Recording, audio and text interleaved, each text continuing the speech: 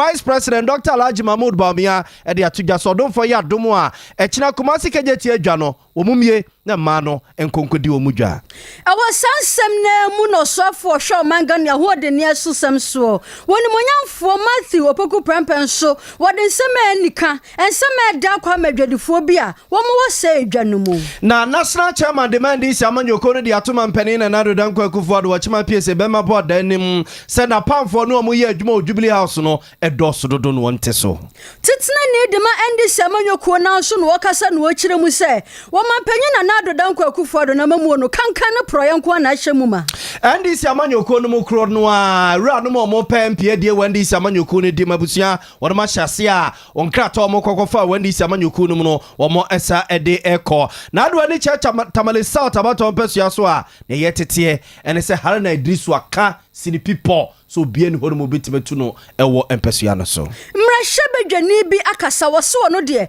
wotena sia hwehwemu a empanyifo mesuo moboso mo peso mo bedi omampanyi wo mangana mu no onipa ba ko pe ene betimi asesa omangana yetebia abuso ya de mako offenso na mon wanti ne yakwa kobusa de property persia emrante ne maba wampani nkokora obi a wokrom obi a akantemeden sia wi abuogu so se kwambia so omo MC won betente zukoko de akire ne omo so makwan enyenyenyenyenyen ensema hudo pi ena ekoso ewo MPP amanyoko ni mu enam so ema Ashanti Regional Campaign Manager edema Alanche Martin timu no wakasemu abuso aweni afufro pi ni akekese ne se kasia ba bia wo bia na nwumre ye ba ne de ababesom wo madwenkyere ena mo nsosia mo fama kan wo abra mo kan wo social media platforms audio ni na so oko Facebook wa ai Sompa 93.1 FM Sompa 93.1 FM na YouTube Sompa TV Ghana Sompa TV Ghana wadwenkyere no nsosia o de bia ho no mo a yeguso a ye bekase ne mamuo no ye bekenkan ede amam yede ne nsesan medende na ya bo amalibi aboga nwumre mene akua bo achewa asempa etia ebusia ensam no yen hyase mfamfiri eye asantemantama sei na sane ye monimo sam de dano na no eye ukwada etwamu no na Ghana man yankwankoti asemoda Kumasi kejeti Dubai a ne enim sempenfo sane omasi asi no eja hyehye di ja hyehye paade ebekwa akoya de bia yenkonko hu bio odwam honom na eje yenim ade kra ekote bayira humamu a eja ekoto odwanmane esotoso bebra duasa ne ekire de ekobase de grabu kasemu a ne nyina mu niama se grabu ama mpenimfo ye hyehye se dwa no wonum ntum se be na mfifi mu betima koso na de property pe kofa eja ne de bae no omatima so ano a enko ese bi ebekwa akosi ebiewo na mpenimfo hyehye o mu ye no wo mo etum na kesenka na dwoe na ebe na wieye ene edwo na ebe na wieye no na mpenimfo sa de krata ba bonte ye ne se be na mfifi mu ene nhwehwemu a Ghana National Fire Service mpenimfo ene mpenimfo wodo eye no ebesi PSC tent no edwane nkomo tumu be na wotwe na bia na eja to ye ne de na nkomo atuma fibo kozi se contractor ene mpenimfo be ye adwuma esefata so mo ye ombe ye awie no enya de awono mo ebebiebio na mso memu kasa de ekoye bebrebe ama no pekro mo amra omanyire ye duba chetena se a na omawi ase nyina ache ewade ache bi adwumadie so Sompa FM ene Sompa TV so no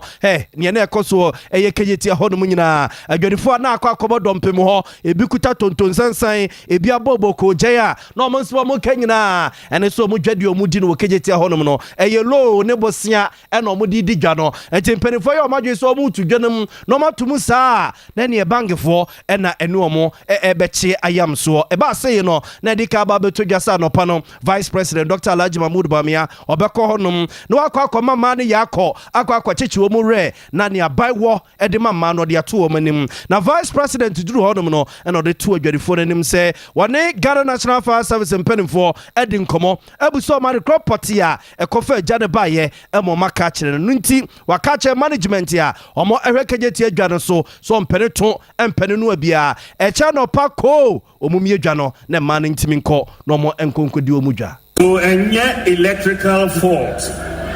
so omo ahwe ni nyina so nyame adom enchina omo bebie na mo start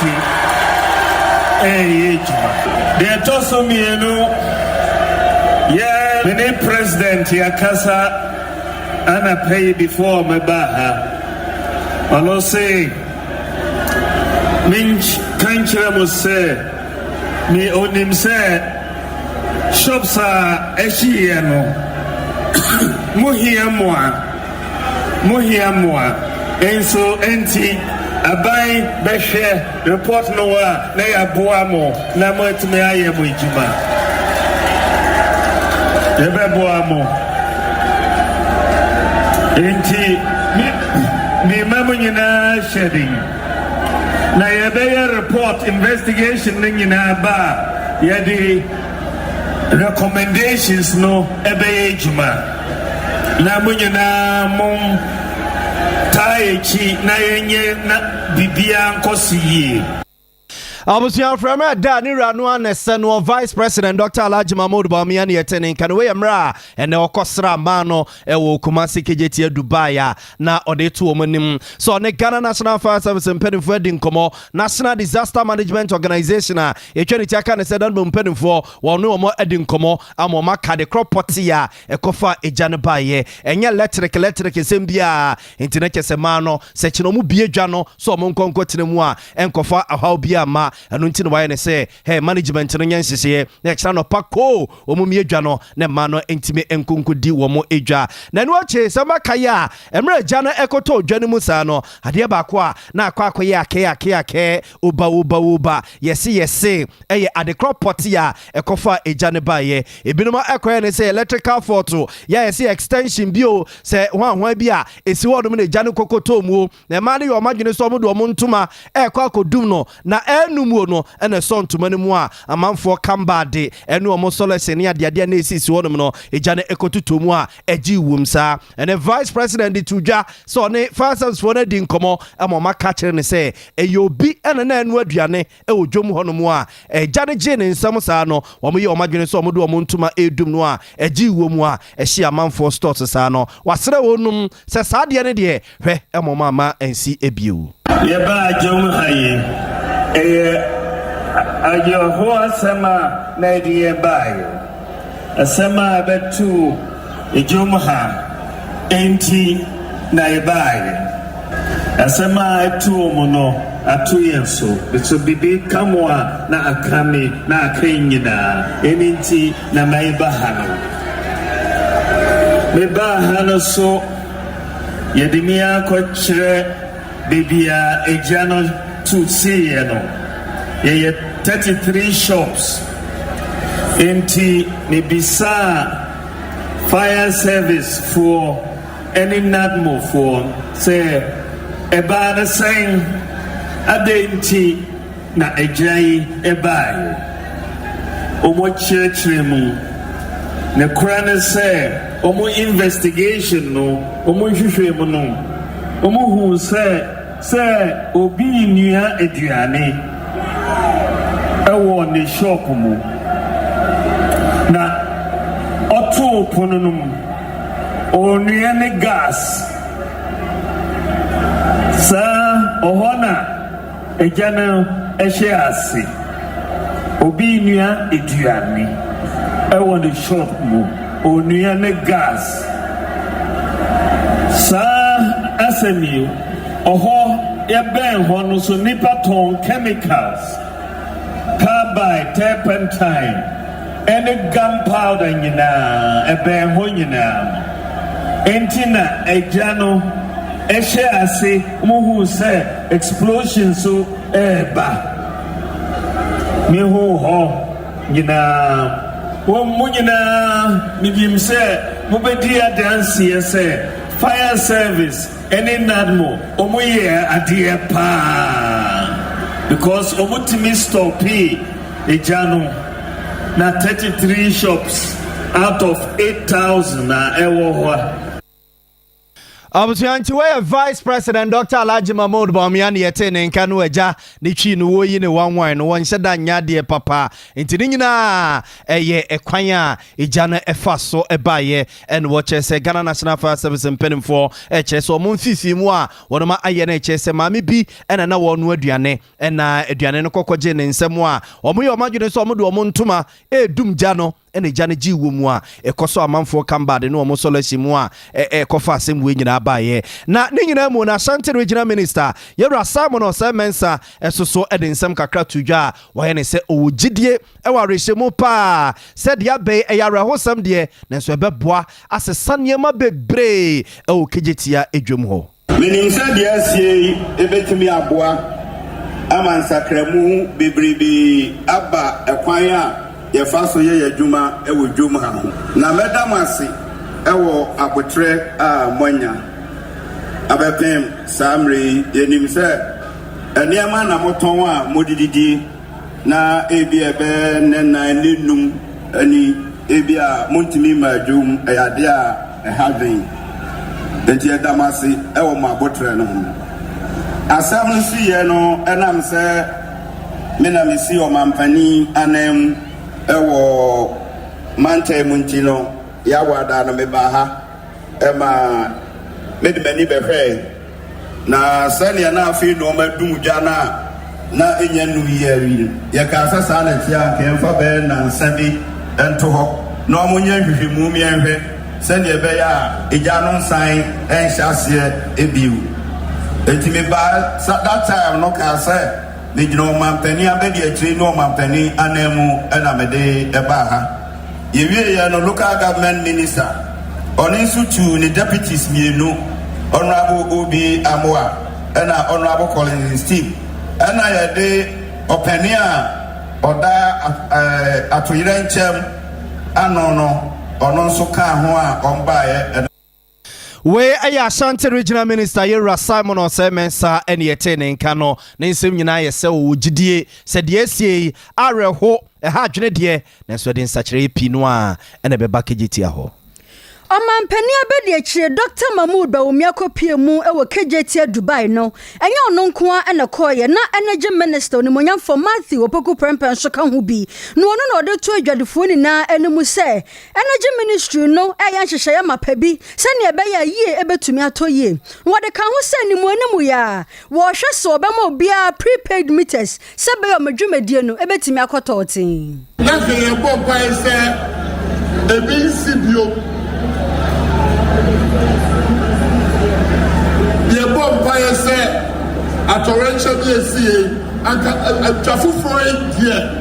and a big civil. The man in Papa don't know why. Enjoy the was about bread, Papa, the giant here. Many are playing or sanctioned by Sabus Parliament. Or the teaching them or the MPs to get one car home and by the call Brazil. Copes Cabesi surgery. The Bayo Johnny ye. The Emma Papa no baby atsna. Na ebom dia adia edisi adiba drum. Ye me san from bedroom. Ye bay me di ba payachi. The career baby near to a trio near to Abuba. The Johnny for one and can ye way. Ye person be near Juba. Never person be here Juba or baby also or ye Juba. Say enjoy your what she said is saying. Obia de bibia sini twadi na seje toma ka ne be fa hifa enwa ba enti asem na aba no eya asem na aba no enye de eso se ye dwadi ya mamu se ntwabo be ka se ade na ye minim se nanado akufuado nanado danko akufuado eni Yewra Dr. Bawumia bai pa wudi edi wudi kumase do ba kumaso obo hwe ba kumase bas enye basa enti ye ma me wa padu ma ye mpajifu abo no ma wo so mo nye kumase basa enti kumase ho ti na kumase ya fa MPP na ye ti ba bo mo abadwane ya sai de ya sai mister on the KM boss omo na hwe apata iso enti anoma ekoso enye wa apata mu no mo ka chi obu se obo hwe no mo nya di ye enti mo che me Minister of Energy matise apata no na de nyina mita baako ya de mita ne bebre beba mo de se ya de kai de mita MP bielu aba ya de 2000 abadada ya de mita beba ko pu se apata bia ha benya ne dai mita bebwa etime siamo ese ya de mita beba ma apata bia ne dai mita o ebeba Oni manyamfo Matthew Opoku Prempe Energy Minister no si ya ena nana ya fowa ya waya bayre hema sanso ya ba panya woda keje tie dwana no de adesrede etu adwadifo man na mu se wo mo so ka ho bi enu tinka be ya enka wonsesa won suban anhwe ne nkwa na Awurade ama ya nkwa ya dia betira ama vice president abetia minister samaba wona ma ya makwa aba nya mi trawe ayana na say tutu anu oni aba ede mercy by hema na nsuwara by the what to me tell no many na etidwe ye wakwami na no ne na msada no ampa oraba onya de na disa wo so papa ewo kromi ha yete we eja wo ye besie nya mi nya be ma na po apopro nya be mo ye ba se na mi nya be ma nya pa jahene wakacha ya sai se be ma kwa ma kodobo nso asia ye ne nya krata nya fanto so wa ma pomi amfije mu apa ye kwatra ba what they say bigi wote ani aka wonsam ani pa na sabe madawo ma ba ina no tamo ye sa no be na no obi ani wo abratia ojakopon onye ne kratu yi aso ade wo ya wo kwa na be ye yeso dia obi abebem ana na maba ani pa no ye ejoni be si ya na brofo no ya ka say ejoni inside ye so no ma say ho na many pa metra ho antuna dia asemwe me beka na nyama ne misi dienti ani ayecha nyama e table ya mam sauce mo so many pa atena sinsin etena na me asramo o man panini ani na be die tire bo mo bakapa tena mo ye mo si dwe ya da wo yemtiminsi sheka ya kofaba Nana ya fowa anu si ya pen ya santwerefo twebe nana kwasi prempe kendi forward that combined KJT Traders Association anu enu okasa no odi tudwa se ade o mampanya be de akire Dr. Mahmoud Bawumia ene o man Ghana ban eye no nani sopa na nsam odi tudwa no yenkotie bi ebra again SCA anamonto honorable regional minister otuye ojina Ghana o mampanyini anamu Enkransha sama obabeka kire yen enidaso sama obeka kire yen na enei omampanyini abedi akire enso adina omampanyini anem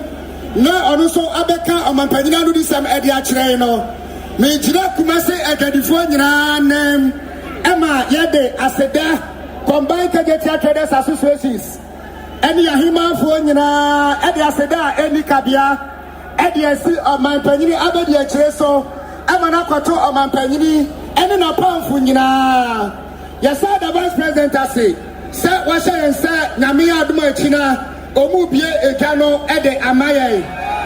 na yade sede ba kwa etwatoa enso ne se omampanyini abedi akire yahu se contractors a omoye adwuma wo phase 2 no enei omajai adwuma no eti amahwenhwe amaka kumase agadifo ya de yense aban na jaya dwuma no yeso eyeyeni da so se MPP aban yi de mu ba wie edwa no amayen ebra mu de sheye eti yesre se contractors adwuma no mu ye no omajai no enimanimu ya mu ba peska mo no masaba site ebasa aside ni kabia ya dem ompanyini ya dem MPP aban ya dem asipi Openya kasa ye eye nana kwasi prempe kendi forward that combined KJT Traders Association no ano Abusiansa fe no abeka ho aye ka mo se Sompa 93.1 FM ya nwumre no nsia e kase na nsam no ba bia wo bia no yeguso a ye de e ma mo style bia bia no wadwenche no nsusuye fo beka ho abra o kan we social media platforms ahudo ni nyina so o ko Facebook wa ha Sompa 93.1 FM Sompa 93.1 FM YouTube Sompa TV Ghana wadwenche no nsusuye o de toto no mo a yeguso e be kase na ma mo no abusia bekenkan ede amamo yanto akase no so mamo yeguso a ede mo ewo kejetia ene ensensemo a efri hono mo eba na ECG mpanimfo de aba betu gya se obi bia obegyina baabi ede sobo abo mo ECG fo se eja na eto kejetia no wo mo enim hu bie no no wa ya no wonim ne wo keke bia opani Samuel Mahama wa peni kwanche for that electricity company of Ghana no ene nsemche for bonkoma wo che se ifri na no kwada asara hosem no esi kumasi abonten so no amanfo tenete no mo nsa no mo peso mo do mo nsa be wo mo ECG fo wo mo eni aseso wo mo ka obi ene gya ne ban no wo che se na we de ne ya sapo ni se nie ana enra na edwomofo no wo mo epe meters no ne ade ma mai wo num ene na ekeka ho a meter kakra ka esi wo no egya kokoto mu a akwakofa sare hosem mu yaba no wo che se meter na esi wo no esopa omo hwe egya no na ho den ene nyuma omo ye no ho no ansa na omo de sa meter no eko na meter no so load a ewo dwom ho no nyina ebetimi aye ho adwuma na oye no kra to nkyane a omo ECG fo no ene management a omo ehwe kajetia so edi nkomadu akira se meters be 3000 kra de aba beduru a omo eye nhyehye se nkyerɛkyerɛ ene kasa ho dwumadie ye wo se koso ansa na omo de meter na aba betintim ho no omo atu ho na mo nti obi gyina ba bi kwakasa an ECG fo ka obi eneja ekoto kejetia no wa ya no wonim ne wo keke bi opani Samuel Mahama managing director eda ECG ano eno de sansem ya tudwa you see market review no person will launch market no is run by a limited liability company. It's like University of Ghana and Bema company your frame meter be bulk meter eso and just small meter na obiaka say headlines now person mo ka say 8,000 people using 1 meter as a meter in a cost jana. It's not possible. It's not possible. When you give a bulk meter, you have metered it's like it's on a transformer. So it reads the amount of power in the transformer that has been given to the area. Oh, it say distribution transformer is your the meter is and a meter na is meter kakraka any meter ketwa. And some meter na was say in them kania ye ko den KGT marketing. It's the customer den market company no. And yet individual store owners no. Eti ye reduce some meter na san any universities later. San any Bema camp na at the end no you say am say into where you dey yesika wen ni agi ya de ne yeko. Eti na be levy stores no on what so whatever processes are and na akwan be fa so de agi usika we stores na market no wa wasema very possible some common ye this some common we ye koye training exercise as to sena ye be separate meters ni am obi ani meter ye ni any honorable Sompa na di hu komo ni bibia many local government minister di hu komo we the strategy did not about na kayaya over 3,000 meters ready but ye kochiro mo how to do the separation the wiring separation but ni exercise na nye den and starting eti so obi kachira o say eye meter back no mo use ni ntra enyampa Abusia we your penny Samuel Mahama we penny kwanche for that electricity company of Ghana no na yete ne nken se wo mo enim hu hwe ECG fo we di omunim hwe enye meters na enko ye no ene kofa eja ne baaye eja no wona asem a wono mo eka meters so no omguso ye ho nhyehyɛ a britia wa mu no so wo se kwa omde kwa koma edwomfo ma no Andy Samuel Kono titna ni Yera Johnson esedun ketia ne de wakasa pa wo se wo hwa mampanyin na nado danko akufo do memu na bibia ni ho ekoyie wo de to dwa se watena se hu so mampanyin na nado danko akufo do na memu no Yesika semni na ayabasa aye bibia wo honom wo de sansem ni na to dwa wa bro the true state of the nation address no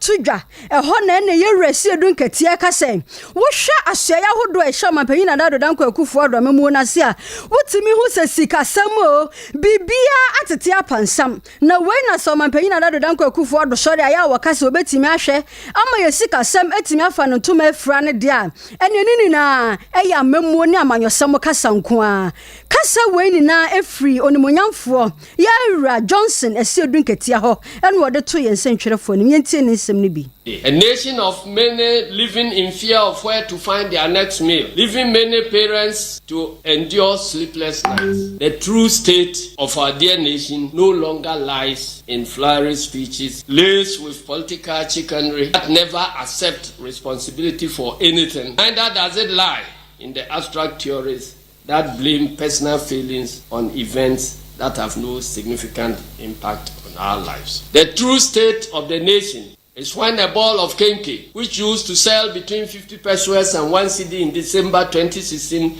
is now being sold or between 4 cedis and 5 cedis. The true state of Ghana is that a sack of maize, which used to sell for 170 cedis in 2016, is now being sold for 900 cedis as at February 2023.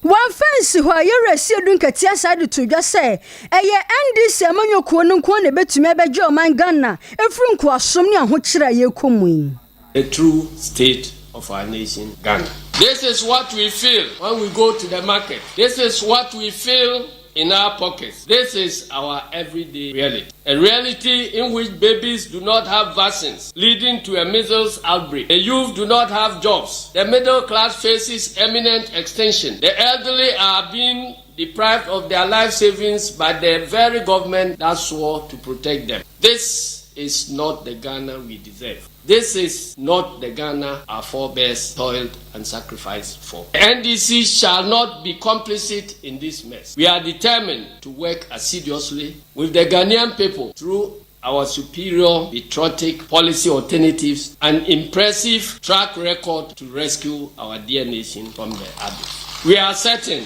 with God on our side we shall succeed. Thank you very much, and may God bless our homeland, Ghana.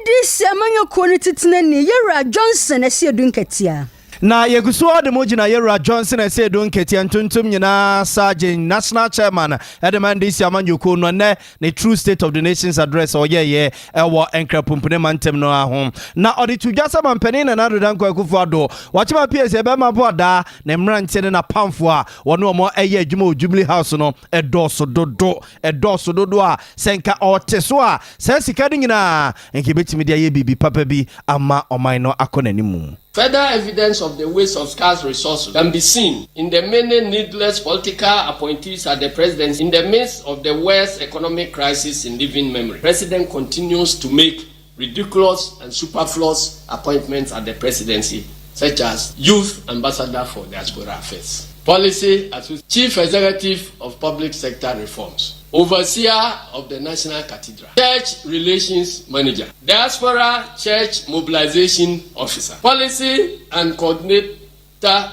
Analyst, Focal Person, La Francophonie, Technical Director, La Francophonie, Coordinator, Special Development Initiative Secretariat, Director of Special Projects, Manager of Operations and Programs, 5 Technical Communication Assistants, Technical Advisor, Zongo Development Authority, 2 Technical Advisors, Special Development Initiative Secretariat, Technical Advisor, Political Affairs, Presidential Staffer, NAPCO, Office Management Executive Associate, Technical Director to the Presidential Advisor on Media, and Data Manager. Enough of this disaster of a government that continues to waste the already battered public purse with reckless abandon. We demand an immediate dismissal of these redundant hangers-on at the presidency. In this regard, we wish to advise the Akufo-Addo Bawumia MPP government to consider the detailed alternative policy proposals put out by former President John Dramani Mahama in his famous address to the nation on building the Ghana we want, which was delivered in this very auditorium on 27th October 2022. Eno Yera Johnson esiodun ketia manansoa ko nanim ye ne samampani na nadodanko akufuado asofo ene na pamfo no omo ye adwuma no ye kata hyehyɛ dwumdie kankan proye ado wo mu sesa de ne nyina ka wo bi eno mayi tete a ene tete pansam no. Saving our economy also means saving our democracy. So we expect the president to drastically cut down the size of his government to signal a new beginning. We further expect the government to be tolerant to dissent, heed the calls for implementation of the Constitutional Review Committee recommendations, eschew profligacy, desist from nepotism and corruption, sanction corrupt officials, and be honest about the true state nation. My brothers and sisters, it is obvious that President Akufo-Addo, who continues to revel in the largesse of high office, does not appreciate the present-day reality of the Ghanaian people. The president continues to live in his own world, far removed from yours and mine, that he fails or neglects to appreciate the true state of the nation. It is absolutely important to awaken President Akufo-Addo and the ruling MPP to the uncomfortable but frank true state of Ghana today.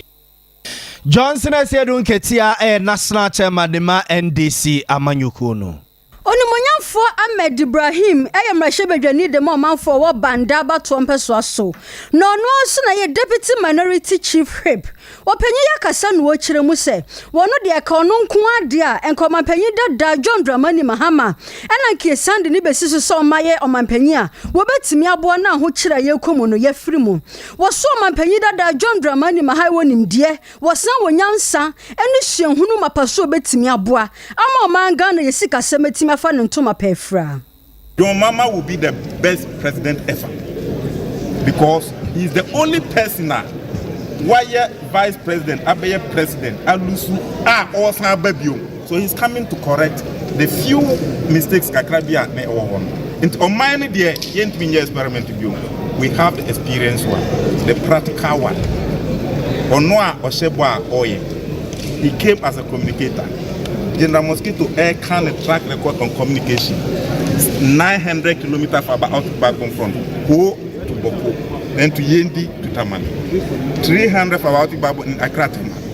Oh, he can't wait, you know. One has he came as a journalist, as a communicator. He revived the communication sector. Baumia Bansi, oh, me a banker. Muntumami, my more Bank of Ghana, me a banker, chartered banker, and a demand. Ogu Bank said, well, good night. They say, I see Osama Babu 8. We have 423 microfinance institutions. We have 2 non-bank financial houses. We have 15 savings and loans institutions. And they say, Obia, yes, we are banker, we are expert in banks. And they say, or revival banks, no more na ebuno. Nipa mienu we want to do. And clearly, you don't need to even ask me this question. I will say, wow, this two say, yeah, you know, to make sure say your mama becomes the next president of this republic.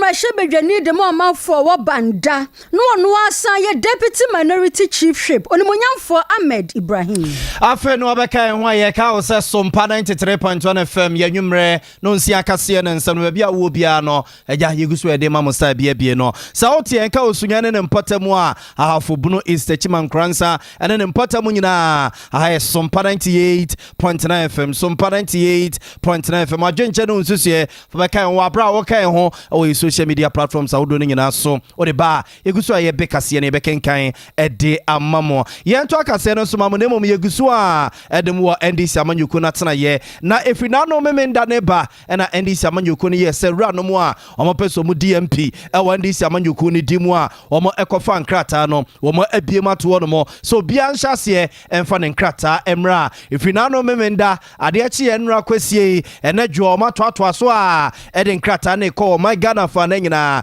na do ani che Tamale South abato mpesua so a Honorable Haruna Idrisu a wo mrase gani wo mrase ge fie ma dehye a wo mpatam ho no mo beka ya na anu ya ne dom kuma wo mrase ge fie no na ye kandifo a woda no na eja ye hotiri position di free nsam wasa so akofa nkrata biewa ene wode akoma NDC mpanimfo a wo ma awo ne mpesua so na wakasi ni people so obi bie ne wono mo a obetimi atu no o Tamale South mpesua no so ageso no na adwene se bia wode dibre ne eto no bekoso a no apriye yo aprimpuntu e de abradehia wo mo Tamale South ene ne mpatamu here to honor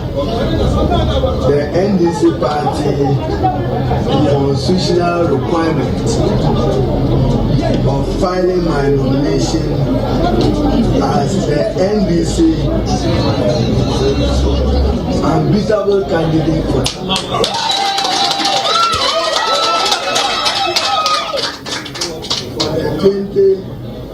2024 general elections. I can extend my numbers beyond Bono Afro region towards some other regions. In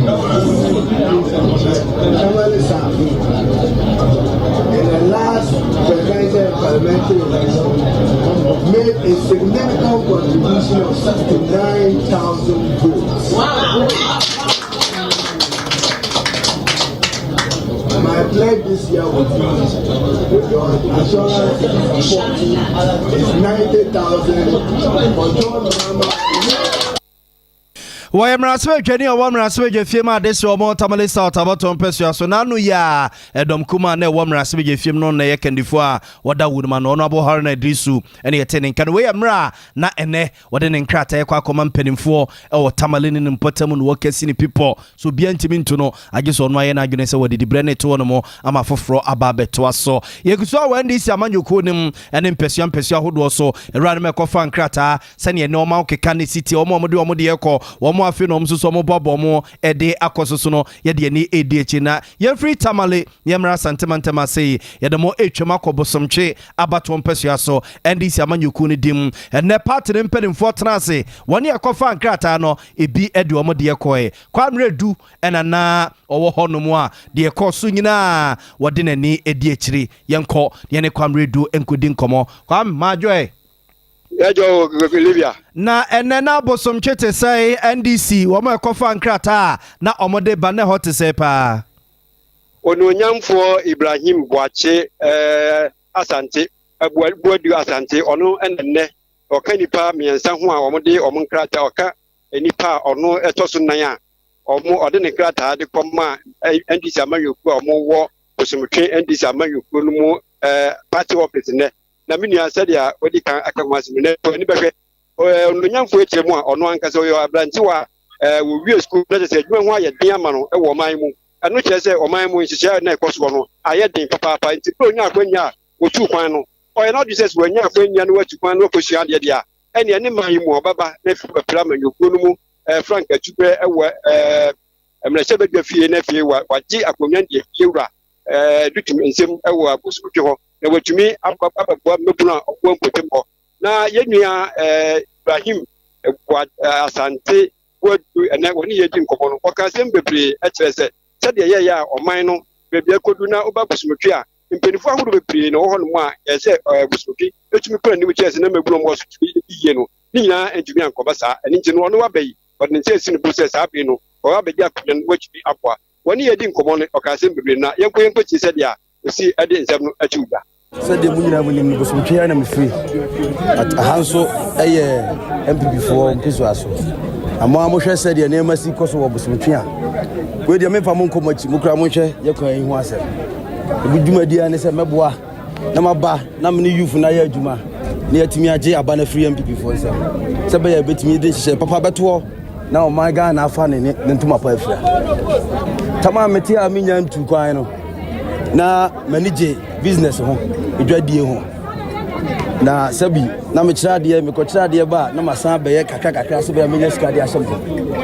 eje bank bi se nyina ye nyina ajeje ya de anye yi wa wonim se de man mu hihye sitie bipa kro na man ko kura fi se bi asabi me yekohwini because oh ya anye yi Ibrahim de nya de be ye na me ye madoma metu kwan eko broni krom mi koduru ho na Ibrahim kro na no meeting sesa me nan sesa but ho matimi akwa bi adwuma ma na yi wie nam se da bi na jese nye me na menye na mo me man ne hyehyɛ na enye enti ba machi no me de mkosua ne ho no me de aba beboa me man na de mkosua me de ba beboa me man a be den na matimi aka bi me ba na mbetena me fie pram so se me tena ho na maboa me den na aye enti me de mkosua se matimi aka bi ama mpanifo atinti no mo ma me kwanya no na me ko parliament house na me ko ka bi de makosua ba no me famra ne nyina mfanya adwuma Abusianti we bosomchi abaton pesua so ene ekoye no kwamredu ena waboya mane we honorable Ibrahim Asante Boadu wono so afankrata ewo NDC amanyuku ni dim setu ahene ene yesi ahene fonto abama no na ondi party n'anim na ɔmpere nkunimdie mfama wunum ɛnkɔ parliament ɛnkɔ pre ye yososo emrade hye ɛwɔ hɔ no mo na yɛmfa wo free bosomtwe na yɛntwem asante ɛnkɔ mfinfi mantemu yɛkɔ Cape Coast North abaton pesua so ɛnɛ na hɔ no mo te sɛ yɛama ne bɔfo ɔto yɛ nkra free mfinfi mantemu ɛyɛ Eric Anan yɛne ne nkodi nkɔmɔ ɛgya Anan majoe Meje so Olivia Woga boy nkɔmɔ ɛnɛ na Cape Coast North hɔ no mo te sɛ nie meda Olivia Woga na sene nyina ni musam se endewa bepie mu omanga na mu anoma chini amanyoko NDC omahwe ebie owapona to no mo se wo mo hwe epre dibre metre omo MP anase parliamentary no omo enhwe na omo submit omo forms a omo kokofa enkrata omo kokofa omo various constituencies no omo hwe no omo submit we bepie mu ififimante mahinko a ade a Cape Coast North mensini no no ene nkofo maako mienu enso etimi hwe submit omo enso de na nipa baako a no ojimu ntintiman ye pan owura Charles Kojo Walker obepie mu ewo ififimante mu anoma Pitru en na hinko Cape Coast adodo na afre no homeboy ne ono nso etimi ekokọ file ne forms a na edom a na edi nechi na nye asam keto akwa ahwede de ene owomo a omutietiem dodo na akwa delegate na omudi nechi with the hopes on behwe na omaboa ama Cape Coast North abatom peso ane so no ma no ma gi dibre no as MP enso etinga ma owura no na nya asam keto akwa na awotem ene ade ba akwa ekoso ewe Cape Coast both north and south ni na ne say omo hanum nyina no akoye NDC for ana edisuna north honom no ende na ade a atodwa ama dodo na ayo ahudwiri ene say incumbent MP ono owura mentanya akono dodo na chema na ni juma ye no enheda enso ni salidi aboga ne sa suntere na ebo bepie mu ewo Cape Coast North constituency on man kofo mako enan ana oyi woti ese omo hwe na omo na predibire no baako ne Ibrahim Muntari owura ni Hamon e kan obi abeku he for the day no ono so kom omo hwe ekokọ submit omo forms no ono so e kan bisan so ana owura Charles Kojo Walker me de na asem etudwa me kata dodo na edi mechi no ono so e kan obi ntie ne no ade a Cape Coast North hanom no e bia baako a hanom be huru ye papa ade a bibia itimi ehwe na bibia tega ese omo enhwe na omo encho aba na anya asem keto akwa na owura Charles Kojo Walker me kan asem dodo na onimu no enim no ese ade a ne papa no akwa NDC ntama ebusuane de dodo na enim to be an NDC family ono ankasa no ne papa no why former central regional minister pension no ono anso no jeje pension no na contractor ne bei enso ahwe atona na mo nso ono anso contractor wahwe esanso edi ne wasi ono mo esi yanto ne so aba na 8 years ago ana hwe ese yanto ne so aba ono no ono uri akobi champion ne ko ya abato no antentama ohwe edi nkuko ne mom yo yada se abusuan we enua Eric Anan ene yekọ ne nchemfinfi mantemu Cape Coast North abaton pesua so ene yede ani ekire we eyera no ma fa nkrata ewo NDC amanyoko ne mu a wo mo pe MPD ono ma hyase a wo mo de wo nkrata na ekọ ye ne de ekire de befra to bia no yemfa enkame mu ye bia kasie ne mu de yembonwa MPP amanyoko ne mu obepia mu ewo asante mantemu ha campaign manager Edema Alan Chermatinku no Yera Joseph Amwa Kansembi wodi ato yense ntwerefo ni na animu se enoma hodo pi na ekoso ewo MPP amanyoko ni mu a ye nenye ho ene ye twebe no de oboaye ama ye ti ase se MPP amanyoko no edemra ene ye adwuma nanso na obehwe no enema bebre ekoso ewo abrampanyifo a woso mo hwe na mra no eye adwuma no wo ma ye ni han wo to aso de to yense ntwerefo ni mu se tieni chire mu ni bi Nipa MP 31 na ejine na MP zumba ile no me be 80 that 31 na medine na am say ohine transfer na say me fan say MP zumu asantemen ekoko tina ho a ohine ti no mo bae enye nipa bi nti na o mo bae ji say me fan say nipa 31 na MP 31 medine ti nipa 80 ne bae a na je mu 49 je na o mu ni ana 31 no o de MP ze o parliament ya 137 president na I just say eni bia nti as a je ho ntre ha be dia ha na je hwe na issue ni na ye no kra no the vice president kra no o ba da bi na say business but nya de nwanwa o vice president o ko na se mesro ni ko jamia o ndini nka se onko nti no kra de nya de tu as e mo kra ajuna no de o fobo enye se bi a mo ni ba ka ke de mo tsoro o mu se bi mo hu dia o mo kan bi mo de na so enhwe fobo ni enhwe ni pa o je ready no kra o party ni mo ye hihye mra hihye no e zan kedi aduma na so de ono da hye mra no le di kan bu se ba ka na nya ono a o tie kire no ono fi se bi a o be ji ji nza on so be ya de ni e sa sa mi na se bi yes why man ya ko bon ti ya o na de se hye no nse e hye mra se yi ti ya na so bi ya na obi de ma na kwa ma na ye bia ya na ha na so opinion ebu mra so a enkra de ti da bia na say if gold is rusting what will the iron do takoko are na akin na that is simple so yede but say there is a no bi say leadership who is leadership who are we leader who necessary wo chire kwan na enkra no ni o ma ka nya die na so we leader na so wo bu mra so a enkra bi so a wo ndin kan re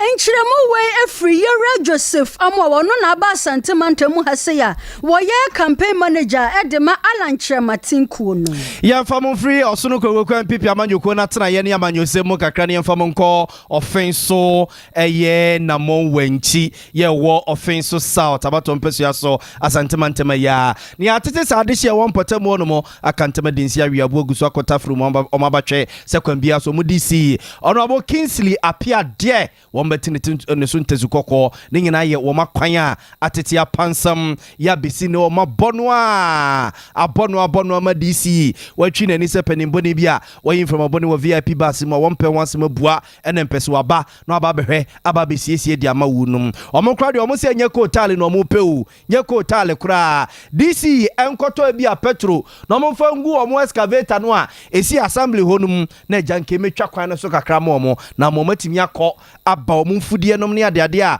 ono beba krom aba betontoni wo ma enya atofo aba besususum kakakra de ama wunum DC o maka eja wa ene se mampoma so no pese wuti mpu enti omo de omo pre omo fa ene se demonstration ena omo de hyehye so e de eti omo DC na yakwa enye ya nam so mahunu kwa na se de sitie enti editwa na mo ko MC ho ase yesre no ada yakwa na nye enti o mesiesie mai anokure onso agia no ba aibo ba so se ya ade na mo machine no sikani ho ai de betofo agu machine mu amana ba ya adwuma sie benya bidia ya so yakeka yansa ase ena nya 1000 titwas ka 10 million ano sisa enti yampe bi nka ho ntie ni mi ye bai na manwafo bra mba kakra krenti no e ma yenya bi e ma ne ye 2000 e ye 20 million ene de ko share amisi ni ya we ene de share omu nsam ene assembly man no ene de share omu nsam no so ba ye kwan na ma wo mba ye anuru ba bia no mu say ayinasa diza nasa 2000 ye ntwa anuru ba bia ne se nya hwe enti ye sresre ana anwafo no bi to galama tenten miensa anwan galam no miensa no mu de bra no so yase wo mu ba ko bia wo 500 ndi fa miensa no ye 1500 enti calculate akosi be 4500 no mo di sika afa ye wie enti ye wa na nya nkra se Dr. Pokosi emra na office na pen mu bi kan ho eye na office enti o discover beto ye koduru a o scan die nie panufo wo yi scan ho atire ye sei na ya nkura wona nim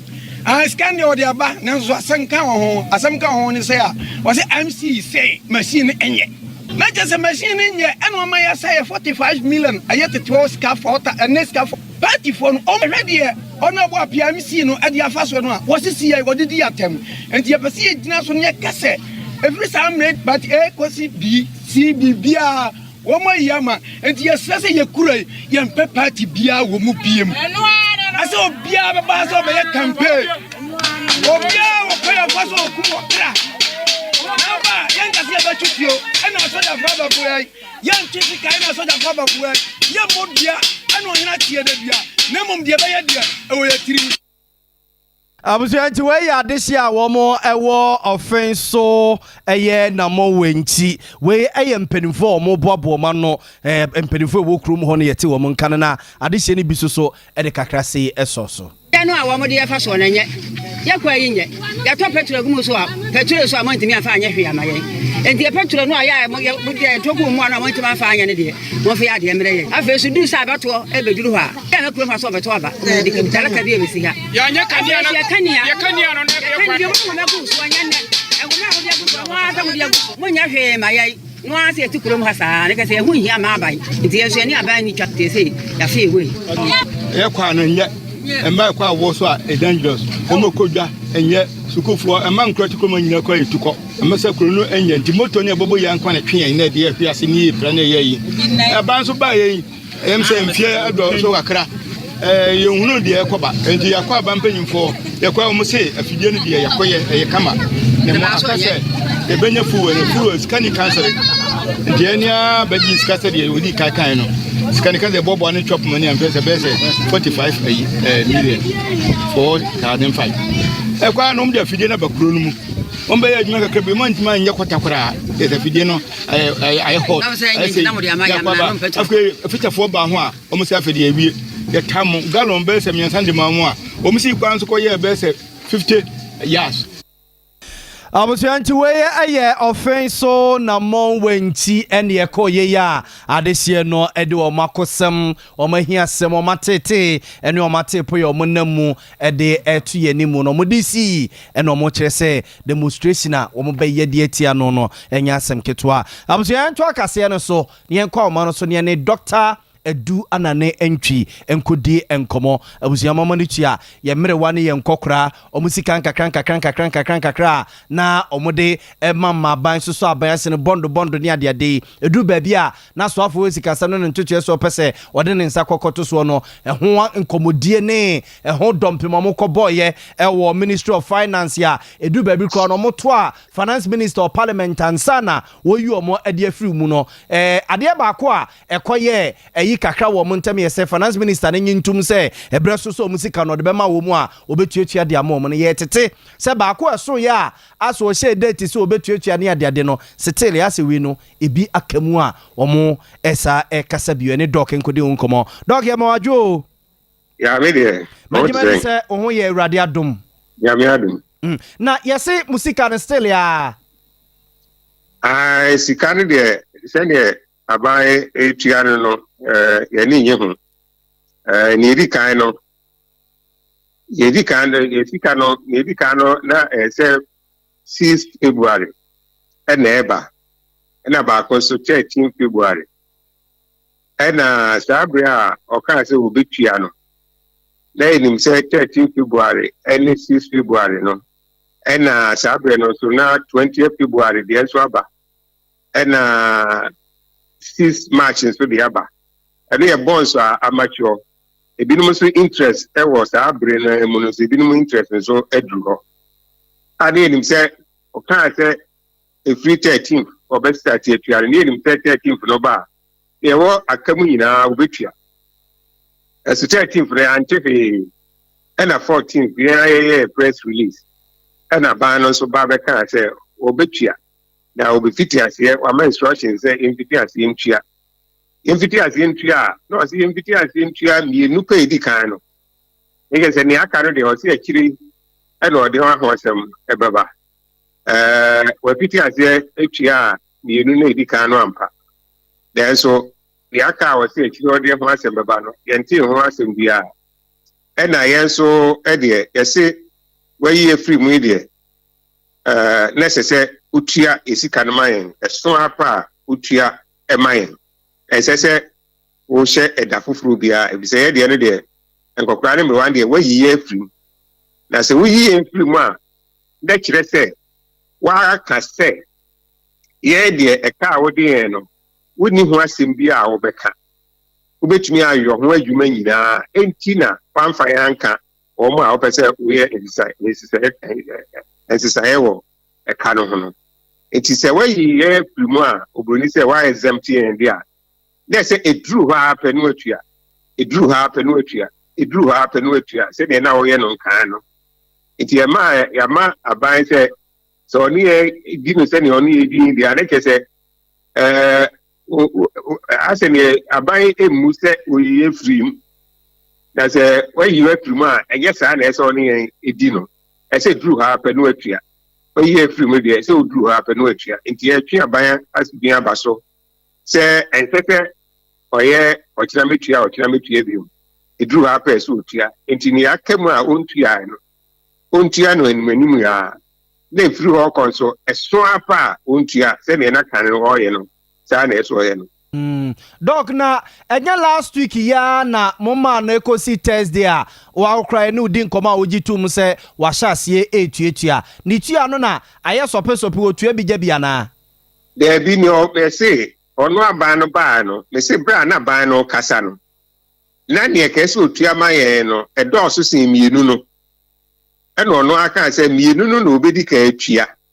na chire oba beka bra obetua ne aka no enti mienu no de ofiti ase atua a menim teta ba de sam obia ensa beka ne de mienu no edi kan no de a o ka so obetua ne de o atua na emum ensese ebisan eda ho because bra o kan na edim se obeka se e ka medi mu nyina within 24 hours metua ne nyina but ni o kan ne se e ka medi mu no metua bi na ne aka no de minim da metua ekire de meba beka kire mo da metua aban asema o kan no 14th no o se mi ni de metua na ne aka no de ekire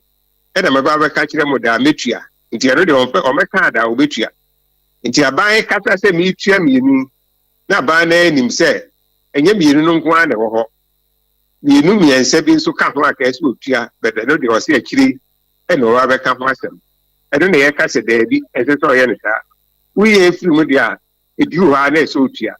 nti bra nka ba ko no che no na wo betua no na ka ne wo nyina se otua ma ye preko okay na ka e firi ho no de ebeso no no atua na wo e kan bi go a ka se otua man na wo ntua e na se wo ba bestati atua na se wo ba betua bi bi de wo nim da wo betua mpo wo kan kire ya yes na ye no na doko no so na wa fra du pre ko China yi mo ye ne de ni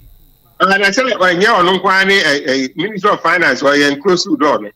no cre oni ha ko fo ho ye adwuma no cre the deputies wo nyina ho the directors and also am instructions akachi kom se mon ka we nchire na agents a ese etua no mon tua no cre tia be yen true ministry no yo dog any that's na mama mo timelines bi na se bia mo timelines yen so ma ba yen ne se so mo ye ne mo me hwe di ma dan hu se emre a ya twen no obi se e reasonable ko so ba form kra na kwasi no cre any and 24 se 24 over there aboko yes e ma ma tintin na de kichiri wo na wo de fa kichiri idru se wo send so a na bo se amanu se na wa yo dog ya da se no adaji a wanya ma ya nwumre nyame nsira opa yo abuzia for Dr. Edu Anane Enchi ene ye ko ye ne kokodi nkumu wo musika no a bondo ya no mo nkire se dabi kutomami yoto agudie no a oso afo wesika se no ntoto so peso no omudie no omo ene ne ya adwena enye yi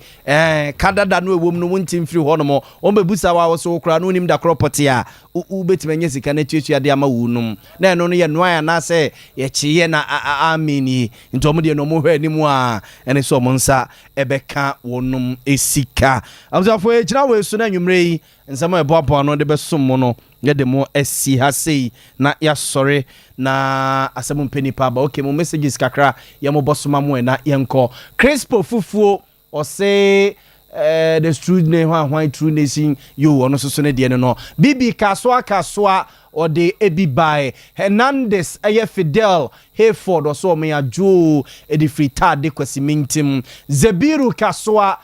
zongo no butu or the NDC parliamentarians no you na just politics ni ade ade no a ena Francis kaswa datusu ono so edi bi ebaye ena Munkaila Jonas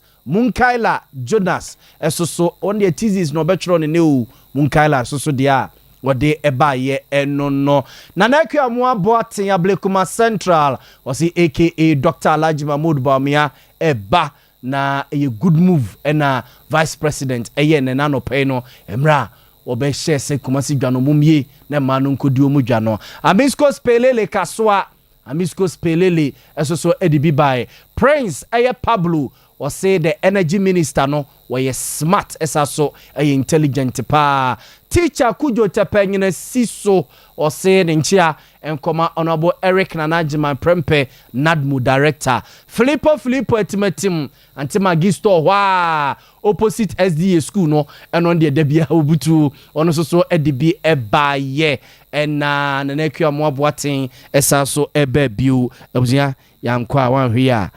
beko akowia se na akwa yensempi sorry na ekuase yenko ho yenko na happy birthday enkoma dache hima na afie wusu echama papa biese kane na we mid morning show host ene newscaster ewo Adansie FM wa ewo Asante Achim Agogo we efri ukunu K ho so ma happy birthday dache hima na afie wusu a echama yama happy birthday and me Papa Bishop Justice Ajimandia Christ Healing Church so for penny Papa Christ asumbi nkan wate nkan de obeye ni de Papa de betutu sorry kofori ene na pamfo etina se nom de niaka hatwa so aseda koma Asante ebo a Benedict esemfo penny kuku achinchim fidie no ena Rexford ne Buffalo etuatua omsuso omde yako TV ne so ama mansan mu hwebie yesoso bade wekese yeso manwumre abo amalibi aboga mene akua bo achewa Asempa etia